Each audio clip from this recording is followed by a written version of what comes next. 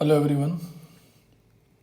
छोटा सा क्वेश्चन है, if A B C are in A P तो क्या होगा? तो ये होगा B minus A is equal to C minus B is equal to D. अब ये जो डी है ये कॉमन डिफरेंस है, ये हमने सब पहले भी पढ़ रखा है ना। तो और क्या कह सकते हैं, ये भी कह सकते हैं कि two B is equal to क्या होगा, ए प्लस सी। ऐसा कब है? When A B C are in A P. और अब मेरा क्वेश्चन ये है कि ऐसे ही अगर ए बी सी जी पी में है तो क्या होगा?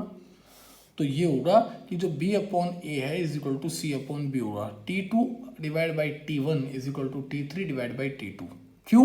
क्योंकि दे हैव कॉमन रेशियो, इनके बीच में R जो है कॉमन रेशियो है, कॉमन रेशियो। अब और क्या कह सकते हैं? और कह सकते हैं B square is equal to A C. इन्हीं चीज़ों को ध्यान रखते हुए अब हम इस क्वेश्चन पे आते हैं जहाँ से हमारा मेन जीपी स्टार्ट होता है। अच्छा, एक चीज़ मैं आपको और बता दूं कि if A B C are in A P, तो मैं कह सकता हूँ कि ए टर्म तो ए है ना, जो बी है वो ए प्लस डी हो सकता है, जो सी है वो ए प्लस टू डी हो सकता है, क्योंकि कॉमन डिफरेंस डी का चलता आ रहा था। ऐसे ही जब यही जीपी में है, when A B C are in GP, तो ए है ही, जो बी है वो ए आर हो जाएगा, और जो सी है वो ए आर स्क्वायर हो जाएगा। आप देखो, इसमें से ये माइनस करो डी आएगा, इसमें से ये माइनस करो डी आएगा, इसे इससे डिवाइड करो आर आएगा, इसे इससे डिवाइड करो आर आएगा। तो यानी कि they have common ratio and they have common difference. इन चीज़ों को हम आगे जीपी में यूज करते रहेंगे। अब यहाँ देख लेते हैं एक बार ध्यान से। कह रहा है कि if A B C are three terms in A P, यदि ए बी सी तीन टर्म्स हैं जो कि किस में है, ए पी में है, and X Y Z are three terms in G P, और एक्स वाई जेड भी थ्री टर्म्स हैं जो कि किस में है, जी पी में है, देन शो दैट एक्स की power B minus C into Y की power C minus A into Z की power A minus B is equal to 1। अब देखो, मुझे ये जो चीज़ है इसे ध्यान से देखना है, ये कैसे रिलेट होगा। If A B C are in A P, तो b minus C is equal to C minus B, तो होगा ही होगा, नहीं होगा, 100% होगा। तो मैंने कहा कि b माइनस सी ये जिसके भी इक्वल है इज इक्वल टू, तो होगा क्या, d या नहीं भाई? This minus this is equal to this minus this होता है, और कॉमन डिफरेंस होता है इसमें, तो मैंने इज इक्वल टू क्या मान लिया, d का मतलब यहाँ पे क्या है, कॉमन डिफरेंस। बी का मतलब यहाँ पे कॉमन डिफरेंस। अच्छा, फिर बात देखो, मैंने कहा B minus C A, B minus A, sorry, अच्छा मुझे बी माइनस ए लेना था, is equal to C minus B. मैंने कहा B minus A is equal to C minus B is equal to क्या है, डी। ठीक है, मैं एक रिलेशन ये वाला पकड़ लेता हूँ, ये वाला c minus B is equal to D, minus common ले लूँ तो ये हो गया b minus C is equal to what, minus के डी, या नहीं? ये बात समझ में आई ना? मुझे क्यों ऐसा मैंने करा, क्योंकि मुझे यहाँ पर b माइनस सी की वैल्यू निकालनी थी। मैं टारगेट इसे कर था, इसलिए मैंने गलती से यहाँ भी ये लिख दिया था। मेरे माइंड में पहले से ये आ गया कि इसकी वैल्यू क्या होगी। अब b माइनस सी की वैल्यू तो क्या आ गई, माइनस के डी। ऐसी मुझे किसकी वैल्यू चाहिए, c माइनस ए की चाहिए। इसको मैं एक और तरीके से कर लेता हूँ, वो तुम्हें आसान पड़ेगा, छोड़ो, उससे चलते हैं।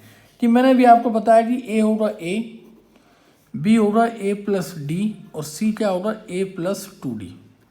ठीक है, अब आप बताओ b minus C, b minus C, a से a गया, d में से टू डी माइनस के d, c minus a, c में से a चले गए, a से a चला गया, टू डी में से कुछ भी नहीं गया, तो खाली टू डी बचा, a माइनस बी माइनस के डी। ये बात समझ में आ रही? ये शायद तरीका आपको आसान लग रहा होगा। क्लियर है? मैंने b माइनस सी की वैल्यू निकाली, इसकी वैल्यू निकाली, इसकी वैल्यू निकाली। चलो, ये मैंने कब किया, when A B C are in A P.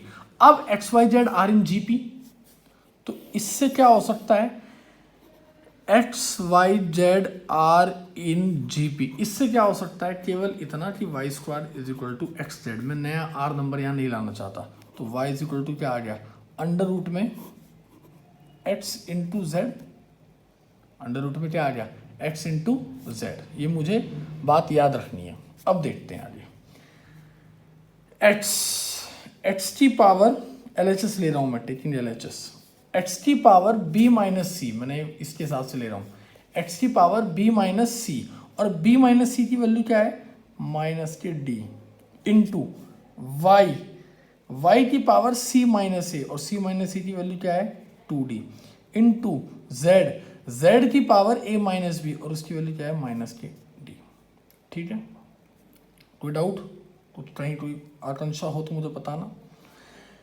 ये आ गया 1/x की पावर d, y की पावर 2d, 1/z की पावर d, y की वैल्यू क्या है ये, इसको मैं ये भी तो लिख सकता हूँ xz की पावर 1/2, भाई स्क्वायर रूट का मतलब यही तो होता है। तो मैंने y की वैल्यू नीचे क्या आ गया xz की पावर d, और y की पावर 2d है। अब देखो जरा ध्यान से, y की वैल्यू है xz की पावर 1/2, दोनों साइड पावर 2d लगा दो, यहाँ भी पावर 2d लगा दो और इस पे भी पावर 2d लगा दो, पावर के ऊपर पावर होती है, आपस में मल्टीप्लाई हो जाता है। तो y की पावर 2d भी क्या आ गया xz की पावर d।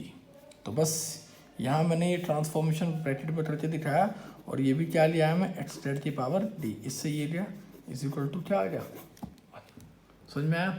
तो इस तरीके से जीपी के क्वेश्चंस को में करना होता है। हम पहले मेथड पे जा रहे थे, फिर मुझे लगा कि आप कंफ्यूज हो जाएंगे, तो हमने अपना पुराना देसी मेथड यूज किया। आगे चलते हैं,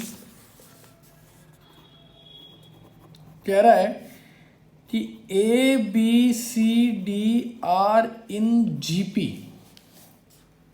ए B C D are in GP, और आपको ये प्रूव करना है।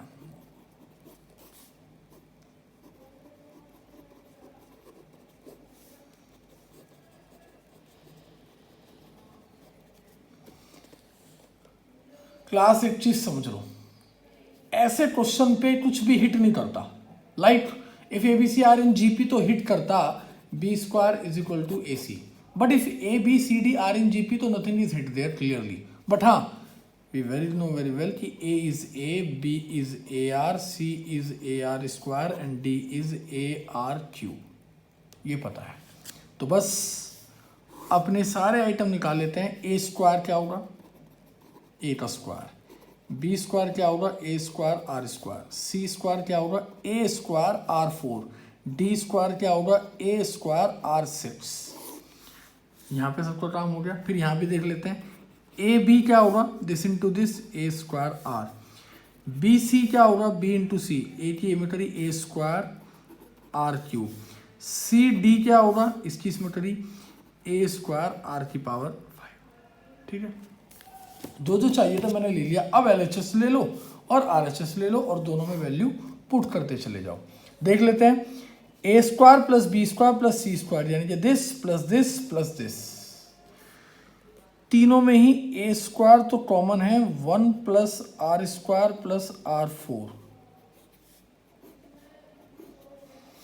B² C² D², तीनों में ही A² R² कॉमन है, अंदर यही बचा 1 प्लस R² R4।